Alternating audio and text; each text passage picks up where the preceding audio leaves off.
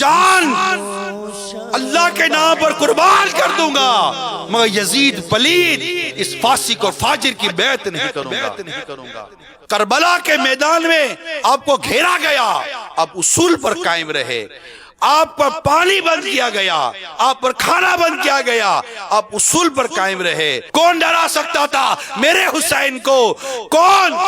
دشمن 22,000 سامنے کھڑے ہیں مگر اصول پر قائم ہے۔ تصور کرو کیسے صبر کے پہاڑ تھے آپ کے سامنے۔ آپ کے 18 سال کے علی اکبر شہید ہو گئے، چھوٹا ننھا منا علی اصغر شہید ہو رہا ہے، اپنی جان قربان کر دی نانا کے دین پر، مگر میرے حسین اپنے اصول سے نہ ہٹے، اصول پر ثابت قدم رہے۔ تم پر مصیبت آئی ہے، صبر کرو، آزمائش آئی ہے، صبر کرو۔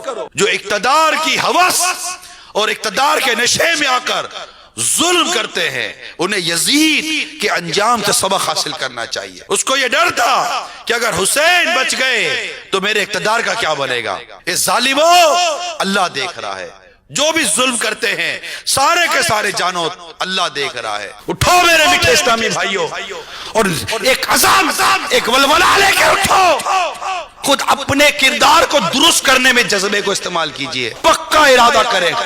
آج سے گناہوں کا سلسلہ کوئی آگے سجے خلاص، ہم بھی کچھ دین کے لیے، اسلام کے لیے، مذہب کے لیے، سنتوں کی خدمت کے لیے کوئی کام کر کے جائیں۔ اپنے جوش کو، اپنے اس ولولے کو باقی رکھو، اسے مساجد کی آباد کرنے میں اس ولولے کو استعمال کیجیے۔ شہیدان اسیران کربلا والوں کا صدقہ، آج سے میری زندگی کا ایک نیا باب شروع ہوگا، اور وہ باب سرکار کی سنتوں کے راستے پر چلتا ہوا راستہ ہوگا۔